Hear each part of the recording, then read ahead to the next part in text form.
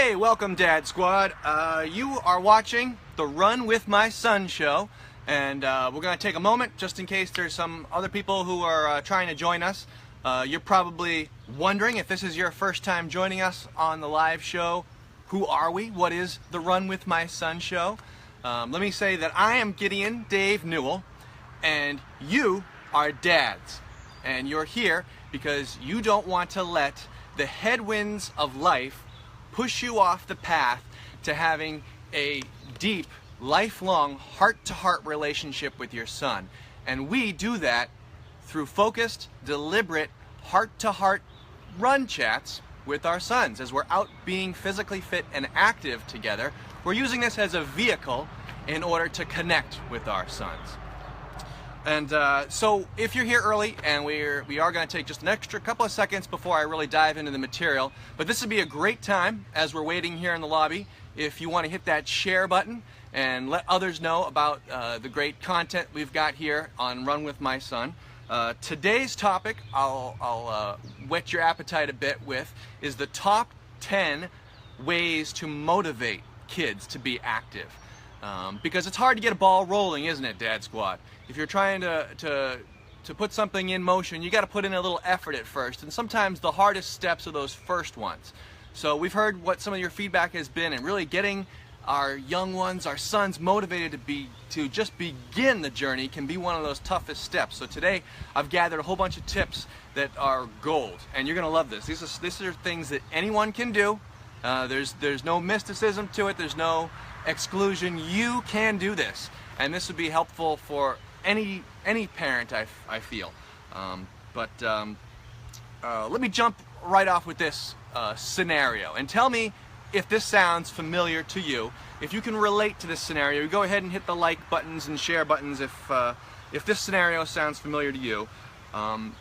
You gave your son a brand new tech toy, a little gizmo that was educational, with the intended purpose being that he was going to learn his alphabet, he was going to learn math and numbers. Maybe it was a leap pad or one of those educationally focused toys. High ratings on Amazon, and you had the best of intentions with that toy. Maybe it was just a generic tablet or an iPad that you got, but you exclusively filled it with educational apps, things that you chose and curated that was specifically going to feed his desire to grow and learn. And despite the best intentions, slowly, bit by bit, that educational toy morphed into something monstrous. Maybe it was an added app that went on there that you justified. Well, you know what? It teaches real-world physics and gravity, so why don't I put Angry Birds on that thing? Because that's kind of educational. Or in our day when we were little ones, the big excuse was, well, it teaches hand-eye coordination, a very important skill. Well, yeah, it does, and I could argue that plenty of other active things do the same, but we make excuses, and bit by bit, that educational gizmo or toy, maybe it was even screen time, television time. You chose specifically to limit television time to just educational programming on PBS. Or maybe it was just curated DVDs that you chose, commercial-free. But other programs have ways of insinuating themselves because the other kids at school watch them, or my older brother watches this, and I don't want to watch that anymore.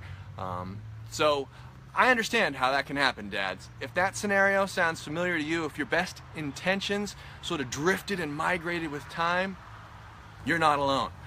You can hit the like button if that's you. But let me tell you now about something I discovered. I was watching this happen with my oldest son. He's now 9, but probably around the time he was 6 or so is when I began seeing it. Slowly over time, I experienced his fascination with his tech toy, his tablet, became an entitlement. He became demanding if he didn't get time with that toy. And it was almost as if the toy was replacing me as the influencer in his life. I used to be the thing that he wanted to play with most. And you know, you might be able to relate to this feeling. I mean, it's an awful feeling to feel replaced or pushed aside, given second billing to a toy. And it just compounded my frustration, because I'd look and it wasn't an educational, wasn't a healthy influence that he was choosing over me at all. It was an unhealthy one that was only going to add to the distance between us. And I was feeling awful. You know, it's a terrible feeling to go from being number 1 to number 0. But I did discover something. I discovered something amazing. And you can learn a little bit more about this over in episode 2. If you're here on the Facebook page, you can find the video for episode 2, or if you're watching post live over the recorded version, it's on the YouTube channel as well. Episode 2, titled My Origin Story, will give you a little bit more information about that, just what I discovered to break out of this cycle. But basically, you know, involving this has completely turned around the relationship with all 3 of my sons. We are best buddies now, and they literally look forward more than anything else to that one-on-one time with Daddy. Daddy and Son Day. It's Daddy and Wyland Day, Daddy and Ryder Day. I give each one of my sons individualized, personalized time with me, and we go out and we run together, and we have the greatest conversations. And you know what? This is a trick that I encourage you, anybody can do this. It doesn't matter what your fitness level is or where your relationship is with your son. You can get this off the ground, and it is amazing. This technique takes care of itself. It opens up those conversations in a way that nothing else would. And you know what? It really sometimes needs a little nudge to get the ball rolling, and so that's what we're here for today. All that by way of introduction. The content that you're getting here today are the top 10 tips to motivate kids to be more active, because sometimes we all need a little bit of motivation, do we not? So let's start with number 1, and it's the most important, I feel, on the list, and it's to give the opportunity to be more active. If you haven't got it put on the schedule, dads, then it's not going to happen all by itself. So we've got to find 5 minutes here, 10 minutes there, for a quick run around the backyard, for a quick toss the ball around in the backyard, kick the soccer ball around. Or if you don't have a backyard, to go to the town playgrounds and recreation centers, the park in your town. Even if it's a rainy day, you can still do this stuff inside your own living room with a couple of quick jumping jacks. You know, there's all kinds of ways that you can make time.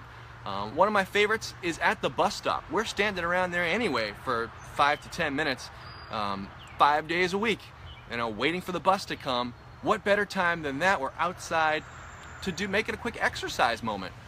Jumping jacks and push-ups, or, you know, traditional kind of calisthenic sort of stuff. But you be creative, dads. You'll find something that you can do. You can even bring the football with you to the bus stop.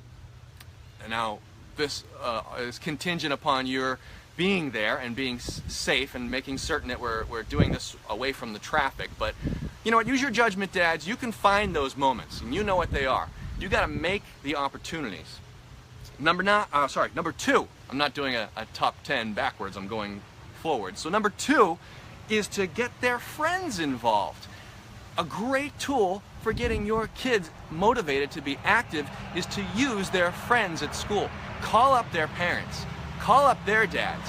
And after you've invited them to come join the Dad Squad by tuning in here and liking the Facebook page, runwithmyson.com, of course you're going to do that. But after you've done that, find out what their children are interested in and what activities they're signing up for. What's on your radar? What sort of sports does Johnny want to play? Oh, really? Because my son likes that too. And do a little behind the scenes coordinating with your son's friends, parents, so that you're doing the same activities together. When your son is in an activity and he's surrounded by friendly faces, familiar faces, it's going to be times filled with laughs and memories. And you can take it further than that. Once you've both signed up for, you know, level 3 soccer in your town, you can carpool together, extending that time together and making it extra fun, because he and his buddy are going to have time chatting in the car and anticipating, looking forward to their soccer game. You know what, you can follow up after soccer with a little healthy snack together, maybe go down the road and pick up some frozen yogurt or maybe ice cream, every now and then is okay. Involve their friends. It's one of the biggest and most underutilized tools you have in the arsenal. Number 3 is to choose the right activity. Now, some sports are not for everybody, and it might not be the case that your son is a very outgoing, talkative sort of person. So maybe a sport like football that has a lot of, aggressiveness and has a lot of hands-on, maybe that's not his sport. Maybe it's absolutely his sport. And maybe basketball appeals to him because he doesn't like the hot sun. He doesn't like bugs. He's afraid of an indoor sport gets your heart going just as much as an outdoor one's, Dad. So find the sport that matches your son. Running and track and field is another one.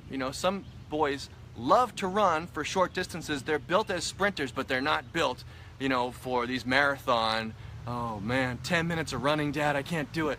They'll get there. But, choosing the right activity can make or break how the habit of routine physicalness is going to form. So choosing the right activity is a great one. Number 4 is to make fun the focus.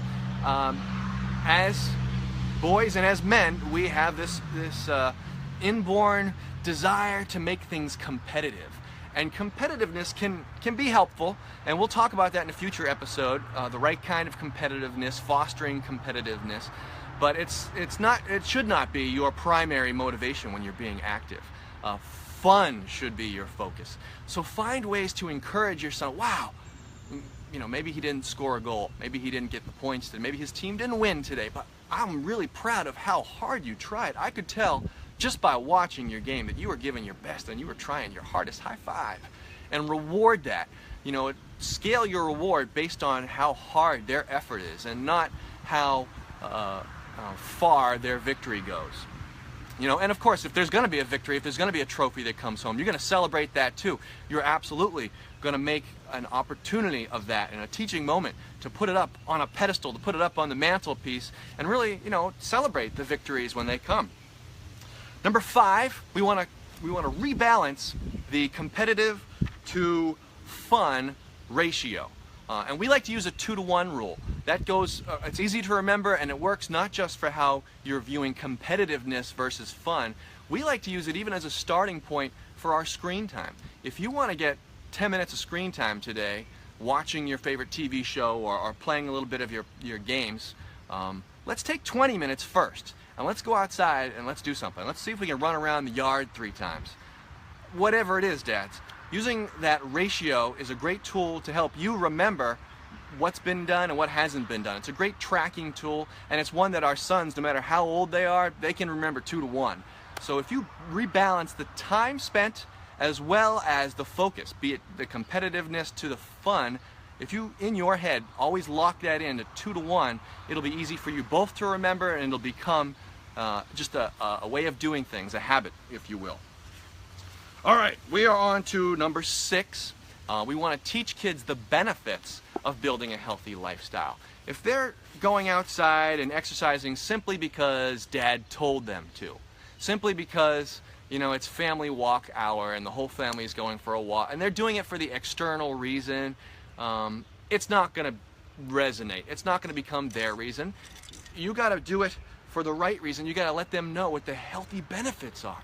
And we like to use the bank metaphor. Just like you and I put money in the bank, and we realize that the purpose of doing that is to build interest, that over time it'll grow, so that we have something on a rainy day. Exercise and fitness works exactly the same way, Dad Squad. When you exercise a little bit today, it makes your muscles stronger. It gives you more endurance, so that tomorrow, running for 30 seconds isn't such a challenge. You don't run out of energy quite so fast. Putting some energy, putting some exercise in the bank today is going to pay off tomorrow. And you don't even have to limit it to the short, 1 to 2 week tomorrow time range. You can even teach your son about the lifelong benefits of putting some physical activity in the bank today, and how that's going to make them healthier tomorrow. It's going to make them more confident. It's just going to help them across the board. It's going to help them when they want to compete in a difficult sport. If you want to be like that guy on television who can hit the baseball all the way over the fence, You got to practice a little bit each and every day. And putting that practice into your bank is really going to pay off when you're a grown-up and you're ready to join Major League Baseball. So we talk about teaching the benefits and having the right motivation there. Here's number 7. We want to teach kids that physical activity actually improves your cognitive, your mental capacity as well. Now, it's only really recent that scientific studies have been out there that show that doing active things also not only helps your body, but it's helping your mind. It's helping you to make connections faster. And it works because it's increased blood flow, which, dads, you already understand this, but blood flow is a 100% of the body kind of system. You don't increase blood flow to just one leg or one arm of the body. When you're being active and you're being aerobic and you're using your heart muscle, you're pumping blood everywhere, and that added blood flow to your brain encourages recovery, it encourages new neuron growth, it encourages, just like exercising any muscle, we think clearer after we've exercised. And you've probably anecdotally experienced this just by going out and being fit. You've come back in from a day at the gym and you've realized, wow, I've got a clearer mind and I'm just able to do my work in whatever cubicle you sit in for 8 hours a day. You're just able to work faster, smarter. And we can teach our kids that. It's amazing, but you're going to find that you find school easier. That you're able to sit in the classroom and you're able to understand the concepts the teacher is teaching you on the blackboard because you were out there running during recess. So teach them the cognitive benefits of exercise. And likewise, this one's maybe a little bit tougher for the younger ones to understand, but it works the same way with stress. This is, I think I'm on number 8.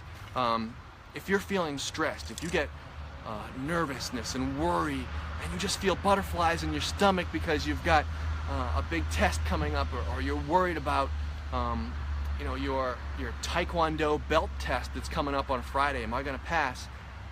One of the best ways to relieve stress is to just be out, be active, even if it's only for a short burst of time. When you come back in from that, you'll find that your mind is a lot clearer. You've gotten a lot of air in and out. I mean, it's holistic, using the whole body to clear stress. And if they're old enough to understand, you can even explain that reducing stress, even building that habit of reducing stress now, will help them down the road when more difficult stresses come along. Because we're trying to stay on the path, and the path and the terrain is going to get steeper over the years. But if we take the time now, while our sons are most open to learning, when their minds are most plastic and available to be taught, if we build our good habits now, it's going to help us down the road when it's harder to learn anti-stress tactics. Learn them now, dads. Teach them now, dads. Because, it's a Chinese proverb, the best time to plant a tree, because I want some nice shade in my backyard. The best time to plant a tree was 20 years ago. Well, what good is that to me now? 20 years ago is gone. The second best time to plant a tree is right now, because you can do something about it now. Build those habits now so that in 20 years, you're not looking back at regret, wishing you had a tree to give you some shade, some comfort, some relief from the stress in your life.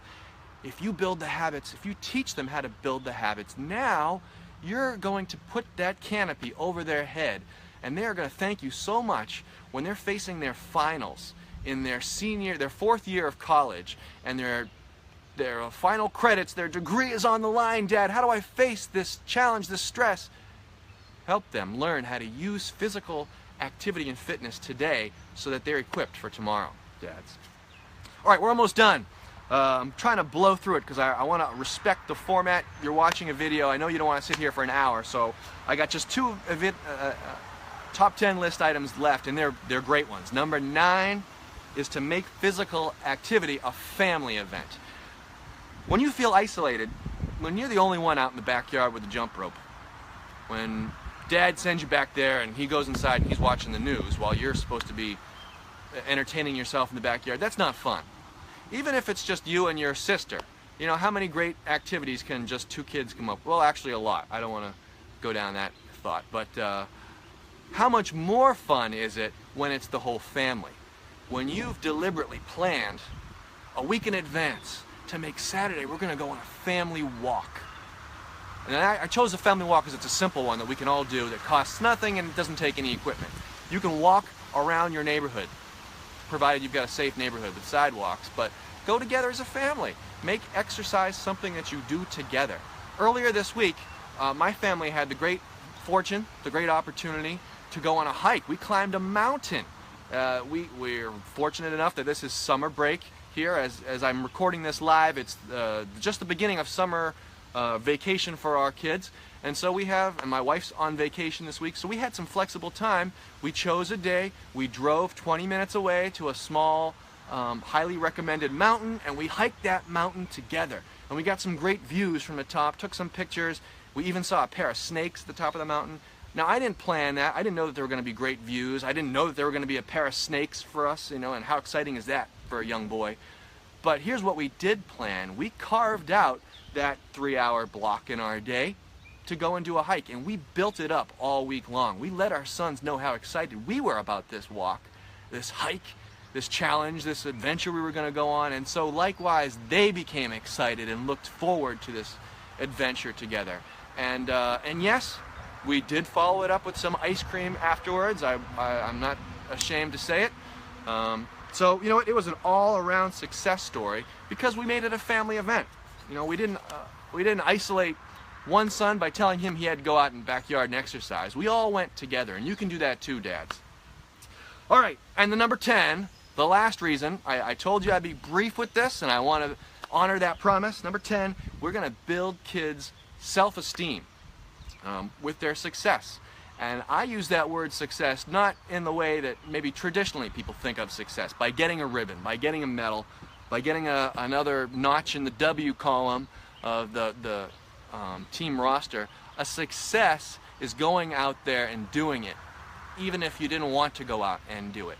I am proud of you, Johnny, because you laced up and you put your ice skates on and you didn't want to go out in the ice. You were afraid of falling down, but I'm proud of you because you went out there and you learned something. You learned how to slow down and grab the wall. Okay, so maybe you're not, you know, Wayne Gretzky today, but that was a success. And we want to elevate and we want to motivate by really calling out those successes and being, when we can't be a leader, when we can't be the one out there playing soccer with you, because I'm not 4 years old, I'm not allowed to play on that field with you. We can't be that kind of leader. We can nonetheless still be a cheerleader to our sons. We can be their number one cheerleader, and we should be. There should be nobody else on those sidelines cheering as loud as you, dads. And that goes for even the other boys that you see on the field too. You can be the number one cheerleader, and you can put a smile on his face. You can put that confidence in his heart that's going to allow him to get out there next week and try again, because he wants to make his dad proud. And Dad, you're going to make me proud this week by going out there and choosing one of these 10 motivational tips and putting it into practice. Don't feel like you have to grab all 10, but I know in those 10 things I just listed out, there is something that resonates with you. There's something you can do. I hope it's the one where you go out as a family and do something together, but maybe this isn't the week for that. Maybe for you, the item that's on your list this week is to just do a little teaching and to explain how being fit also helps your brain. Choose one of these top 10 things and go out there and put it into practice today. And you know what? You can also help your fellow dads learn about the Dad Squad. So if you're here on the Facebook page, then by all means hit the like button, hit the notifications button, because we are going to be back here next Friday and every Friday at 10:30 a.m. going live with topics of high value that you're asking for. So by putting something in the comments, by saying what your particular challenge is, you'll help feed the content engine for what's coming out there. But I want to encourage you now with something I've said in previous videos. Even if you've got a 0 starting point, even if you yourself are not a fit and active kind of guy, there's a resource for you. If you go to runwithmyson.com, we've got a free training plan up there that is suitable for all ages, 4, 5, 6, 7 on up. This is going to teach you and your son how to go from nothing. Perhaps you've literally done nothing but sit on the couch this year, and summertime is on our doorstep. We're about to get more active. In 9 weeks or less, you and your son can be running in a 5K road race together, crossing the finish line, getting a medal. By the way, you like my whistle? little treat for myself for Father's Day last week.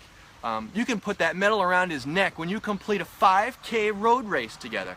And this training plan's got everything you need in it, Dad. No matter where you're coming from, it teaches you exactly how many seconds worth of running, how many seconds worth of resting, what kind of distances and how frequently, which days of the week you're doing it. It's completely approachable. Like I said, even a 4-year-old, and it's specifically broken down by age. So all the tools you need in that free training plan, just got to go download it on runwithmyson.com.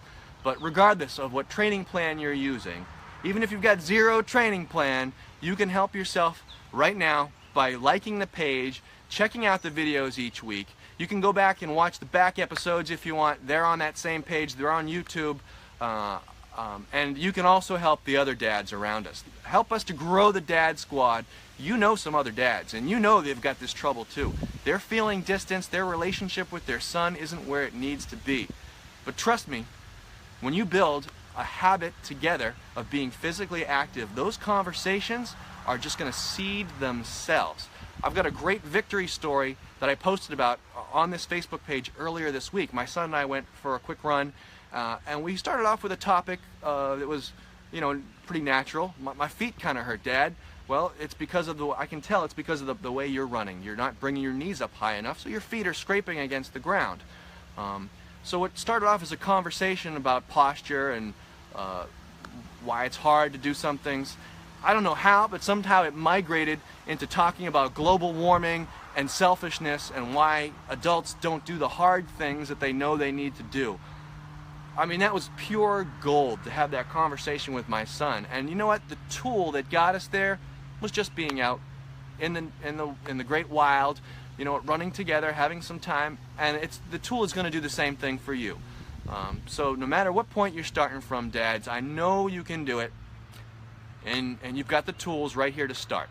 So check us out, runwithmyson.com, grab your free training plan, and by all means tell your friends about the Dad Squad. We want them on here too. We want to share our victories together, we want to share our struggles together, and here's a great tool right here at your fingers for doing that. All right, dads, well, I think I'm seeing some clouds in the sky here. I'm getting some raindrops on my head. Maybe filming outdoors wasn't the best choice for today. But no matter what your week is, I look forward to hearing in the comments below how great it was. Thanks for joining us. Have a great one.